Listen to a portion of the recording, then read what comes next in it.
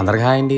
నేను మీ గోదరబ్బాని. ఈ రోజు అయితే నేను మా చెల్లి మా టిగ్గు కూడా అయితే హాస్టల్కి అయితే వెళ్తున్నాం అండి. ఎందుకంటారా, ప్రతి సంవత్సరం రక్షాబంధన్కి అయితే మా చెల్లి నాకు రాఖీ కడతదండి. ఈసారి రక్షాబంధన్కి నీతో పాటు ఇక్కడ హాస్టల్లో ఉన్న తమ్ముళ్ళకి కూడా రాఖీ కడతానన్నయ్య అని అడిగిందండి. చెల్లెళ్ళు అడగాలి గానీ అన్నయ్యలు చేయలేంది ఏముందండి. ఒక్కసారిగా నా వర్క్స్ అని పక్కటేసుకుని ఈ తమ్ముళ్ళ దగ్గరికి అయితే వచ్చేసామండి. రాఖీలు కట్టడం అయితే మా చెల్లి స్టార్ట్ చేస్తుందండి. ఈ తమ్ముళ్ళు అయితే 1 by 1 వచ్చి రాఖీలు అయితే కట్టించుకుంటారండి. రాఖీ అనేది ఒక బ్లడ్ రిలేషన్ మాత్రమే కాదు, ప్రేమతో కట్టే ప్రతి బంధం రాఖీ అండి. రాఖీలు కట్టడం అయితే పూర్తయిందండి. ఈ తమ్ముళ్ళందరి కోసం అయితే కొన్ని స్లిప్పర్స్ అయితే తీసుకొచ్చామండి. వీళ్ళైతే చాలా హ్యాపీ ఫీల్ అవ్వారండి. తమ్ముళ్ళందరినీ ఒకసారి స్లిప్పర్స్ వేసుకొని చూసుకోమన్నానండి. సరిపోయిందా తమ్ముడు?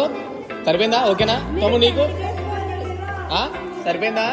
నీది కూడా ఓకే. తమ్ముళ్ళందరితో కలిసి అయితే కాసేపు ఆడుకున్నామండి. వీళ్ళతో ఎంతసేపు ఆడినా అసలు టైమే తెలియట్లేదండి. ఈ తమ్ముళ్ళందరినీ చూస్తుంటే చిన్నప్పుడు నన్ను నేను చూసుకున్నట్టు అనిపిస్తుందండి. ఆ తర్వాత అయితే స్పెషల్ గా వీళ్ళ కోసం ఫుడ్ కూడా తీసుకొచ్చామండి. మా గోపి గారు అటు నుంచి అయితే అన్ని ఐటమ్స్ లోనకి అయితే తీసుకొచ్చామండి. పిల్లలందరినీ అయితే కూర్చోబెట్టేసి మా చెల్లి నేను టింకు గారు అయితే ప్లేట్ లో పెట్టేసి వాళ్ళకి ఇచ్చామండి. అందరూ తినేసాక కాసేపు మేము అందరూ కూర్చొని సరదాగా వాళ్ళతో కాసేపు మాట్లాడుకుని అందరూ కలిసి గ్రూప్ ఫోటో అయితే తీసుకున్నామండి.